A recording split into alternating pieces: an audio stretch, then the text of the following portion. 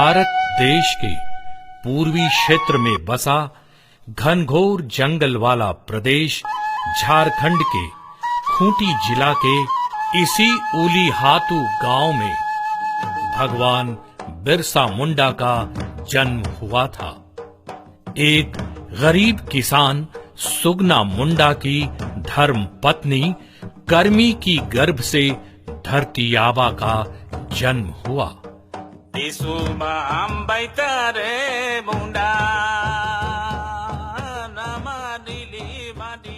बिरसा मुंडा कुछ बड़े हुए तो उनके मामा उन्हें अयूब हातू लेकर चले गए।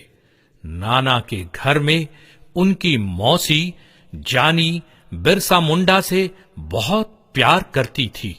यहां तक कि जब उसकी शादी हुई तो बिरसा मुंडा को अपने ससुराल खंडवा गांव लेकर चली गई।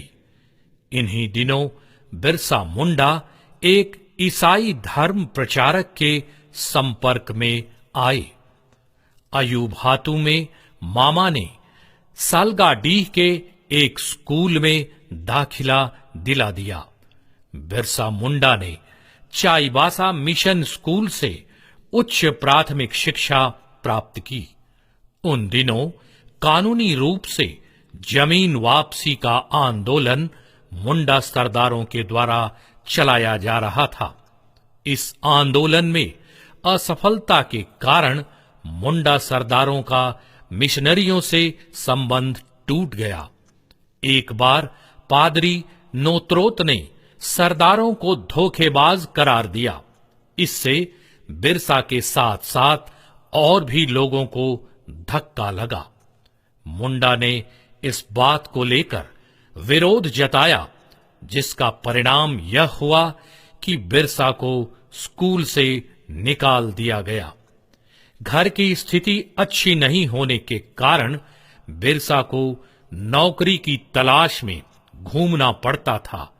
इसी बीच बिरसा मुंडा आनंद पेड़ाएं के संपर्क में आए। आसपास से गांव के लोग आनंद पेड़ाएं से शिक्षा ग्रहण करने आते थे। बिरसा उनके खेतों में काम करते, फिर शाम को उनके साथ भजन कीर्तन किया करते एवं प्रवचन सुनते, जिससे उनके जीवन और व्यक्तित्व में नया परिवर्तन आया। समय निकालकर बिरसा शिकार खेलने भी जाते थे। वे अच्छे निशानेबाज के साथ साथ अच्छे बांसुरी वादक भी थे।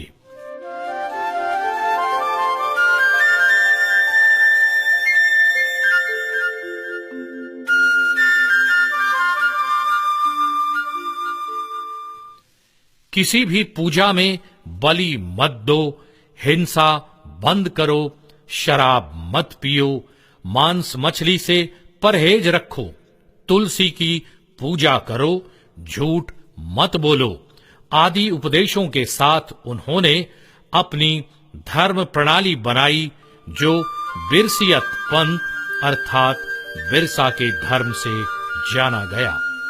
इन्हीं सब कारणों से लोगों ने उन्हें धरती आबा का दर्जा दिया।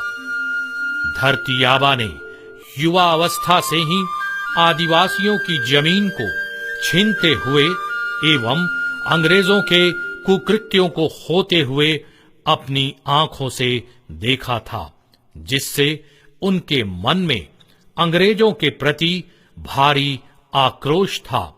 सन 1895 में यह आक्रोश क्रोध की ज्वाला बनकर भड़क उठा और उन्होंने एक नई क्रांति का शंखनाद किया। जमींदारों और अंग्रेजों द्वारा आम जनता को सताया जा रहा था। बिरसा ने लोगों को संगठित होकर उनके नेतृत्व में लड़ने का आह्वान किया। भगवान बिरसा ने ब्रिटिश शासन को मालगुजारी देने से मना कर दिया था। साथ ही आदिवासियों में यह विश्वास जगाया कि दिक्कुओं के खिलाफ वे खुद अपनी लड़ाई लड़ने के काबिल हैं। बिरसा ने लोगों को एकजुट करने के लिए चयनित एवं गुप्त स्थानों पर सभा करवाई, प्रार्थनाओं को रचा और अंग्रेजी शासन के अंत के लिए अनुष्ठान कराए। धरती आबा की यह लड़ाई जल, जंगल और जमीन के साथ साथ अस्तित्व की भी लड़ाई थी।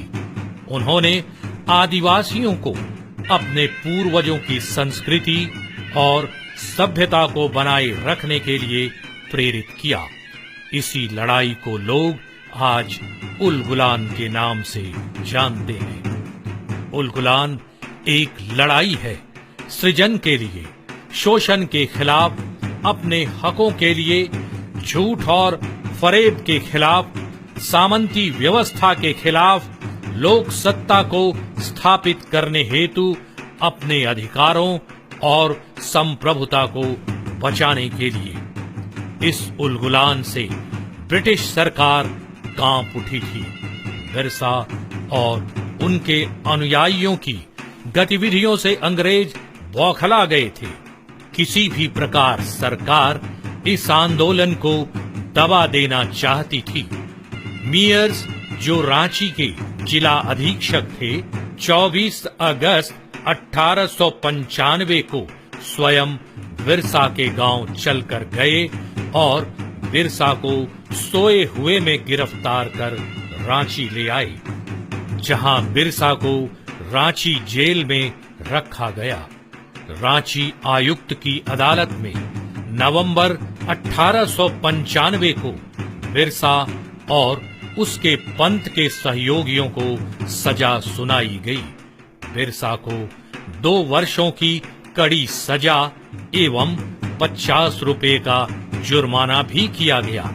पैसा नहीं अदा करने पर 6 महीने की और सजा काटने का आदेश दिया गया। सन 1897 में महारानी विक्टोरिया के शासन की तीरथ जयंती के अवसर पर जेल से बिरसा मुंडा सहित अनेक कैदियों को रिहा कर दिया गया।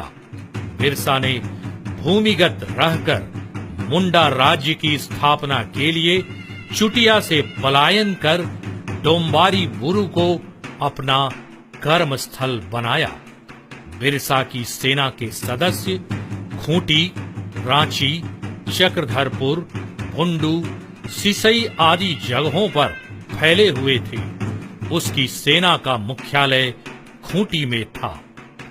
विद्रोह 25 दिसंबर 1899 को शुरू हुआ।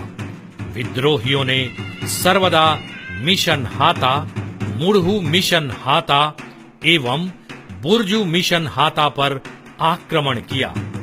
बिरसा के इन गतिविधियों के कारण रांची के उपायुक्त ने खूंटी, तमाड़ और रांची में काफी बड़ी घेराबंदी की। बिरसा और उसके अनुयायियों को पकड़ने के लिए पुलिस ने डोम्बारी पहाड़ को घेर लिया। बगल का सैल रकाब टीला की चोटी पर बिरसा मुंडा और उनके अनुयायी डटे हुए थे। बंदूक का जवाब उन्होंने तीर से दिया। अंत में बिरसा के अनुयायियों की पराजय हुई।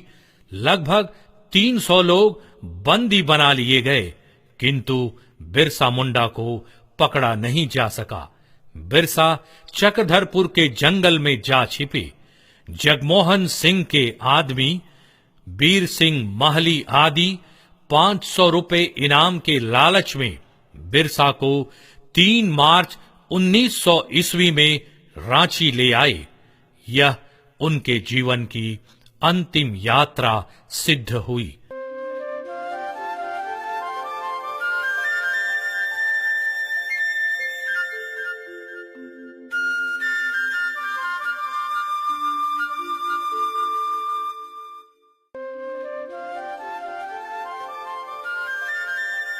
बिरसा को रांची जेल भेज दिया गया।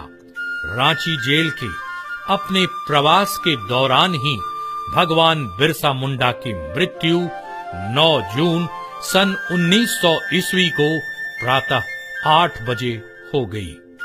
भगवान बिरसा 25 वर्ष से भी कम उम्र में देश के स्वतंत्रता समर को एक नई ज्वाला देकर उसमें स्वयं अमर हो जाने वाले तेजस्वी एवं शूरवीर योद्धा थे।